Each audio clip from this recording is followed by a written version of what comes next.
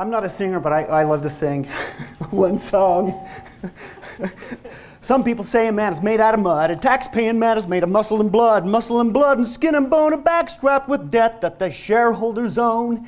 17 trillion, and what do you get?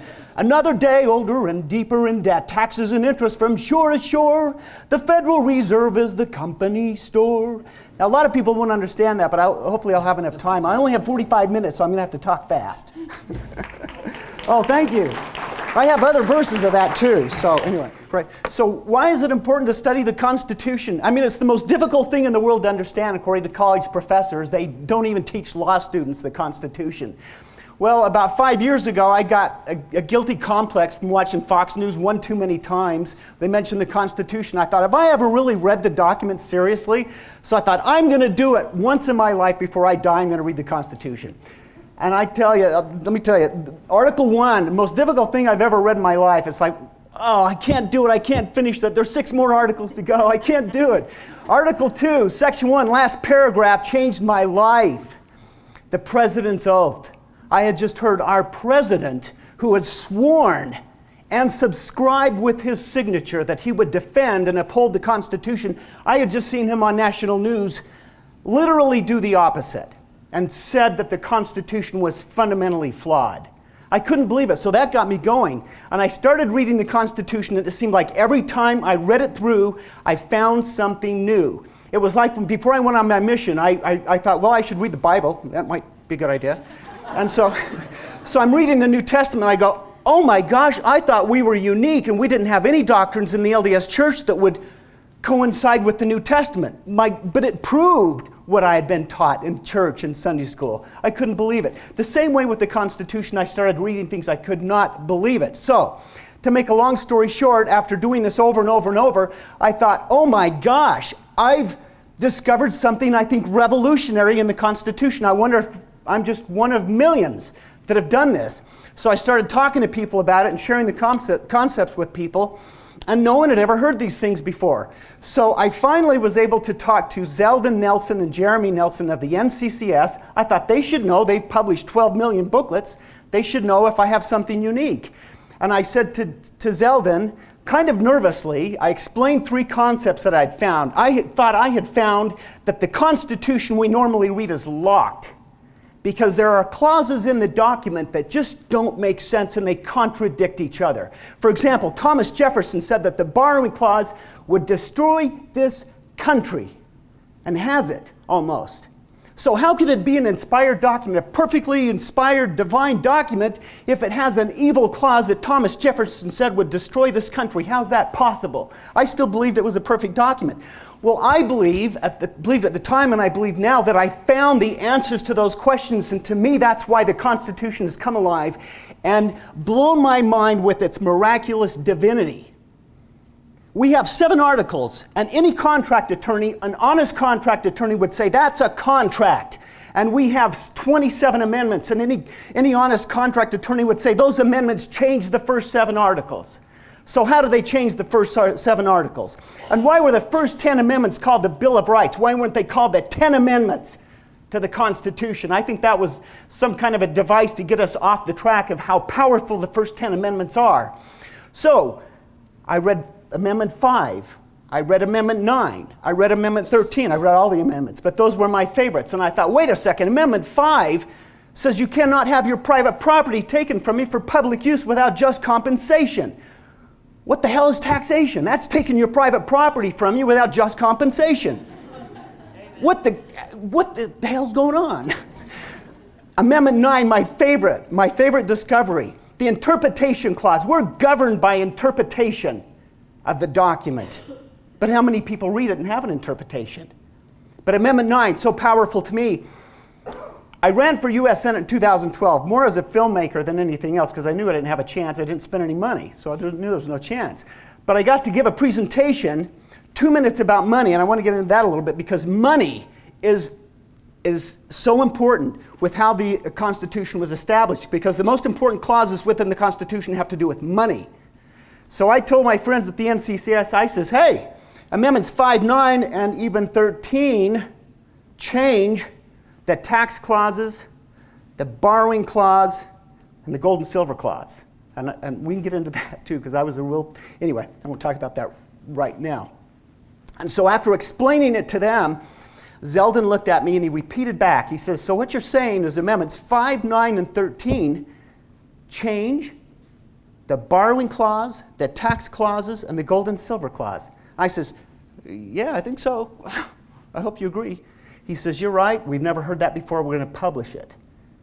And he says, I would like that message to go to every home in America more than just the Constitution. So I want to get into that a little bit too as we go along.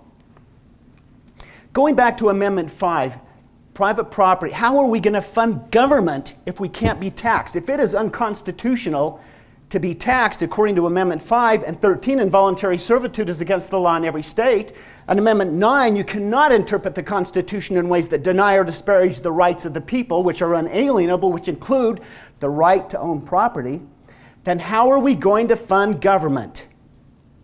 Well, we don't know because we haven't been educated. Our civics education has been a complete failure in this country the last how many years? Unbelievable. Very simple economics have been completely neglected. Case in point, Abraham Lincoln funded government without taxation. He funded the Civil War because he was advised by one of his advisors that you don't need to tax the people. They didn't have time to tax anyway. And you don't need to borrow at 37 or 30% interest, which were his options. And his advisor gave him a very simple bit of advice. He says, use the Constitution and work with the Congress and coin money and pay your soldiers and pay government costs with it. Well, President Lincoln says, well, they're going to accept that? Why would they accept it? He says, well, one, it's going to be really beautiful paper and colors. One side's going to be green.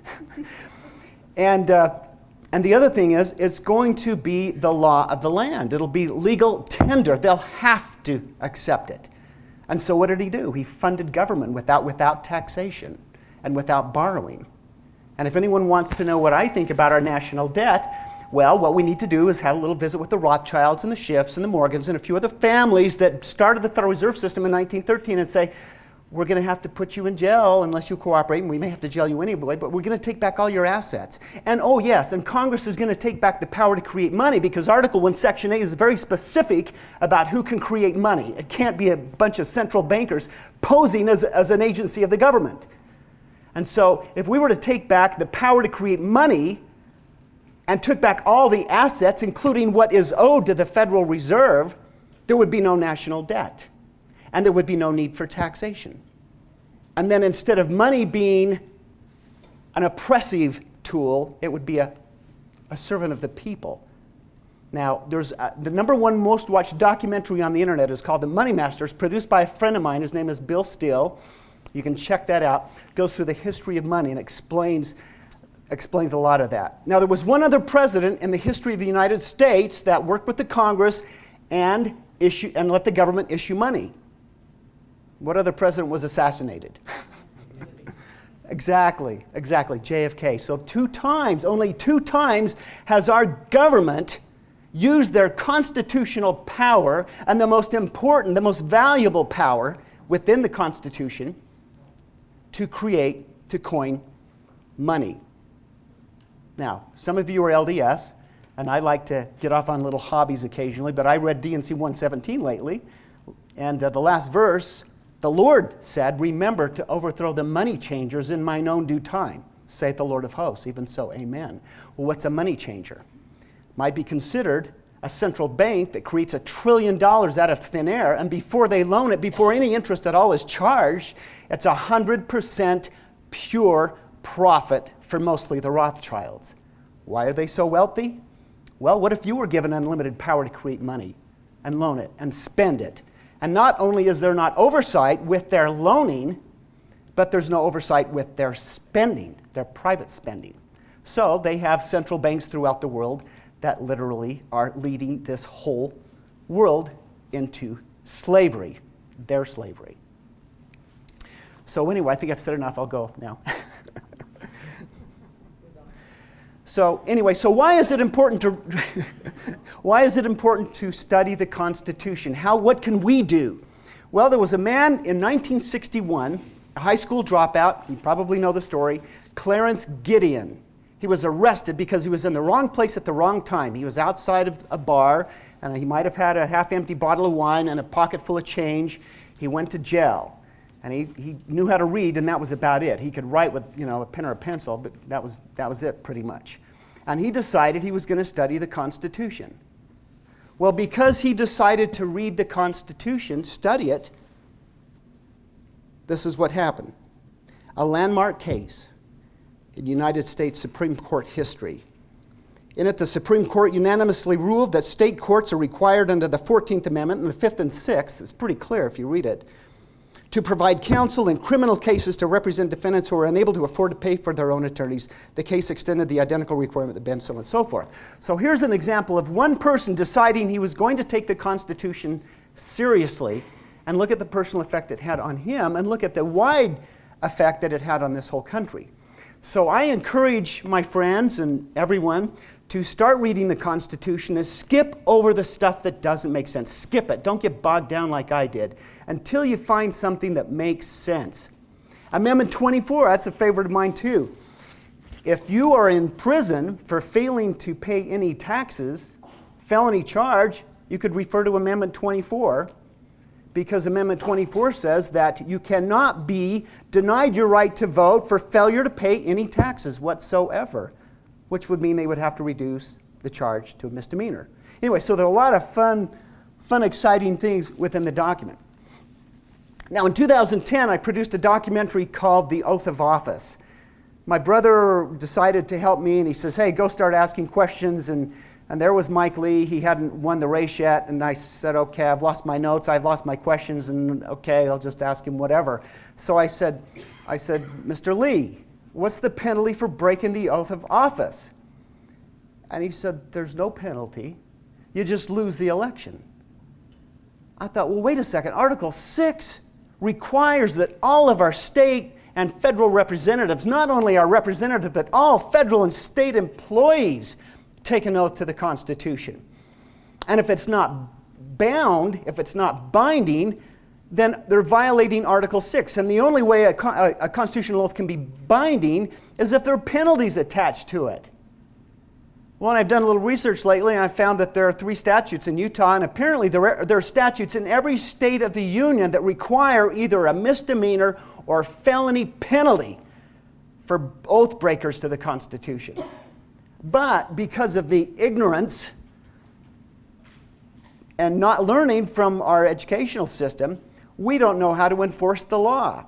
Instead, we raise flags and signs. Hey, you robbed me, so please stop. Please stop. Instead of going to law enforcement or sheriffs or whatever and saying, hey, here's the statute, here's a video of the person, they obviously committed perjury or whatever, and then say, can you at least go warn them? Since everyone's violating the law, can't you at least go scare them and say, hey, we're going to start, enforcing the law? So I think about Ruth Bader Ginsburg and her atheistic views, and I'm thinking, wouldn't it be great if you could get her to sign in public a document, a contract, where she had to support our Lord? Oh, wait a second. She's already done that. Our Lord's in Article 7. And she took 2 oaths. As a Supreme Court justice, well, I believe when she took her oath, it was 2. It was a judicial oath that contained the constitutional oath in it, and then a more specific oath to the Constitution of the United States.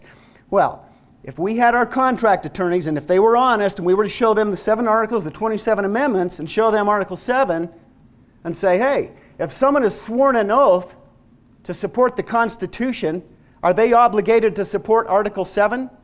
And if they're obligated to support Article 7, are they obligated to support those 2 words, our Lord, in Article 7? And what does that mean? I mean, we are so upside down in this country when it comes to the knowledge of the Constitution. It's mind-boggling. So I have an idea. I have a couple of ideas. I was able to put on a television station, a local, nothing big, in 2012, a television show called Meet Utah's Candidates. And there was a picture up here. It showed Scott Howell. Scott Howell's a Democrat. Well, I had Democrats, I had Republicans, I had Constitutional Party. I had anyone that would be on the show that were legitimate candidates. And all we talked about was the oath of office and the Constitution. And I saw a unity and a synergism. The Democrat candidate for the House of Representatives had been to a military academy, and she read her oath. And she said afterwards, you get goosebumps. I got goosebumps watching it. She says, this is not an oath to a president or to a government or to a country. This is an oath to the Constitution of the United States, the greatest founding document of any country that's ever existed as far as we know in history.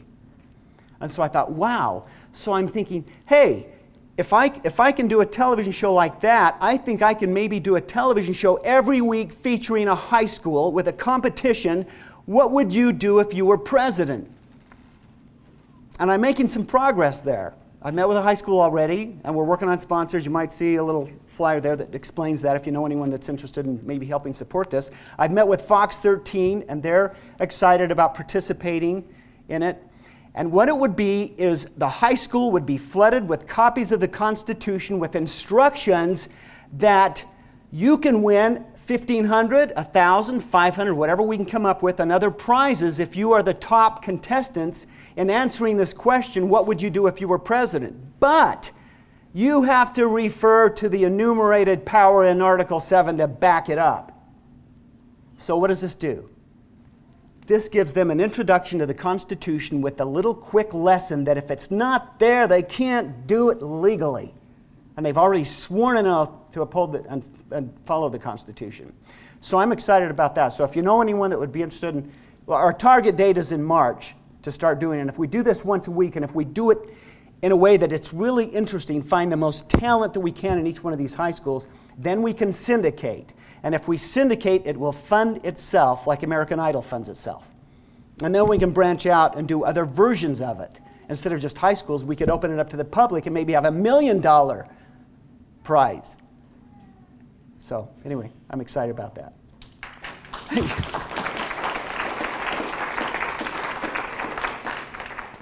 And I think that would be one way to just start getting the word out that the Constitution is not dead, it is alive. Now, this is the beginning of a 6-minute presentation I want to tell you a little bit about. When I ran for U.S. Senate, I was given 6 minutes at the state nominating convention. And my brother is my producer, and stand up, Darren, and videographer. He didn't stand up long enough, but. And so he says, I think you should, he says, I think you should, instead of speaking, just show a video that I put together. I said, no, I want to speak. I want to talk. That's why I'm there.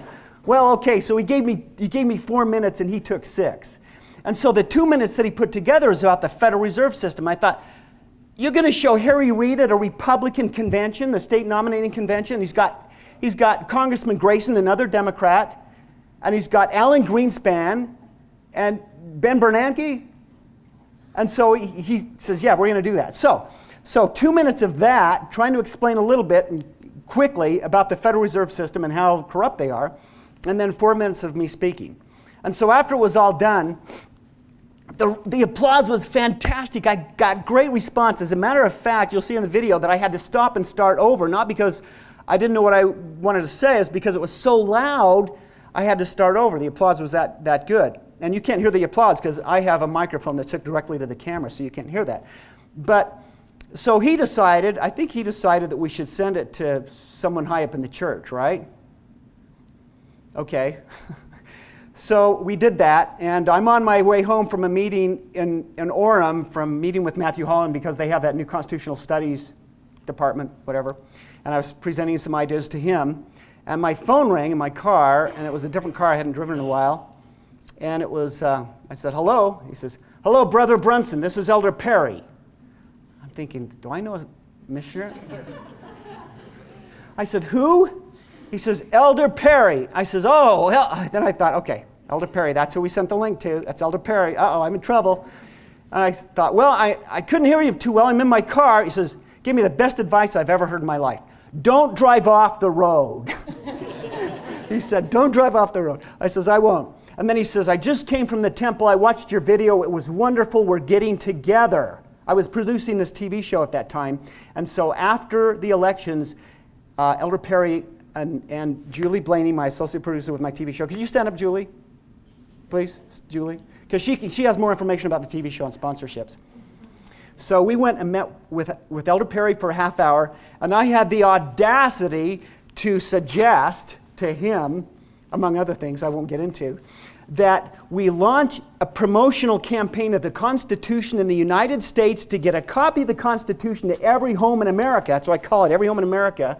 That's my trademark campaign, through the full-time missionaries. I said, Elder Perry, wouldn't that be a great missionary opportunity and public relations opportunity, an opportunity to raise awareness for the Constitution if the missionaries were to go to the doors of all the people in this country saying, hey, here's a copy of the rule of law, and regardless of whether you believe in God or not, the concept is wonderful because it protects your rights against any living human being, including the government. So you should embrace this concept regardless of what you believe, because rights are unalienable, and that's a beautiful concept whether you believe they're from God or not. And they are unalienable because they are from our Creator. So, anyway, so would you like to see that 5-6 minute video that Elder Perry saw and called me about? Yeah. Great. All right, not a standing ovation, but we'll play it anyway. Senator Dorgan has spoke out on the secrecy of the Federal Reserve System. There is no entity in the world that controls our lives more than the Federal Reserve System. What the Federal Reserve Board does, nobody knows what they're doing. We have a privately owned central bank system disguised as a government-owned system. There is no other agency of government which can overrule actions that we take. There is no other agency of government which can overrule actions that we take. $500 billion and you don't know who got the money? The loans go to the central banks. Who actually made that decision to hand out $1 trillion that way? $500 billion. Who made that decision? The Federal Open Market Committee. All right. Well, the Constitution says no money shall be drawn from the Treasury but in consequence of appropriations made by law. This money is not drawn from the Treasury. Is it safe to say that nobody in 1913 contemplated that your small little group of people would decide to hand out $500 billion to foreigners? This particular authority has been used numerous times over the years. The authority that Mr. Bernanke is referring to is the Federal Reserve Act of 1913. Congressman Charles Lindbergh said the following: "This act establishes the most gigantic trust on earth. When the President signs this bill, the invisible government by the monetary power will be legalized. The people may not know it immediately, but the day of reckoning is only a few years removed. The worst legislative crime of the ages is perpetrated by this banking bill." After signing the Federal Reserve Act of 1913, President Woodrow Wilson said, "I have unwittingly ruined my country."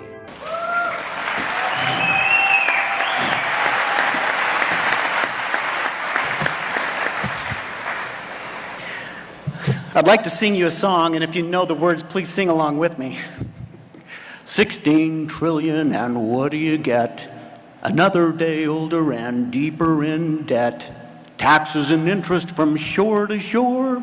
The Federal Reserve owns the company store. Thank you. It really is true, folks. If we don't understand that and we don't address that issue, all other issues become impossible to solve. We need help. And where are we going to get that help besides ourselves? This is a tough problem. Well, the Constitution contains the answers to all issues if we study the document. The Declaration of Independence gives us clues and answers as well. The signers of the Declaration, all of them, said that they could not have established this, the greatest country in 5,000 years, without the help of God, without the help of the divine hand of providence. And I say to my friends that don't believe in God, it's irrelevant. Whether you believe in God or not does not change the truth, the fact that believing in Him works. Now, how do we interpret the Constitution? Thank you. There are 4 references to God in the Declaration of Independence, and there are 2 references to God in the Constitution. So how do we interpret the Constitution? The Declaration of Independence tells us how to do that. We hold these truths to be self-evident, that we have unalienable rights from our Creator. For 4.5 months, the signers of the Constitution deliberated and debated and fought over every word within the document and its connected definitions. And they still all signed on to Article 7. Article 7 tells us who the God of the Declaration of Independence is, and who the God of the Constitution is, and who the God of this country is. Those 2 words are there in Article 7 telling us who it is. Our Lord. The 9th Amendment is the voice of God, in my opinion, telling us how to interpret the document. The enumeration in the Constitution of certain rights shall not be construed to deny or disparage others retained by the people. No construing the document in favor of federal government at the expense of the unalienable rights of the people. That is the voice of God.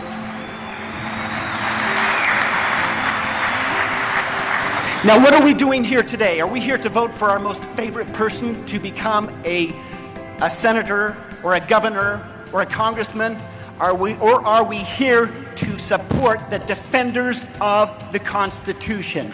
We all have an obligation to defend our liberties. The Constitution is the most valuable tool, the most valuable weapon in defending our liberties. If we open up the document and we read the 9th Amendment, then we can understand Amendment 5.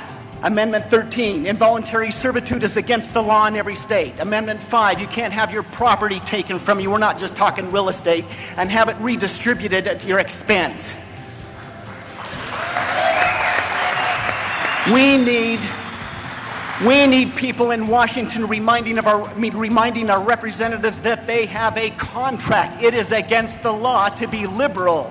It is called the oath of office. It is called the obligation, the implied oath to the Constitution of the United States. It is called thou shalt not steal. God bless you all. Thank you for all you do.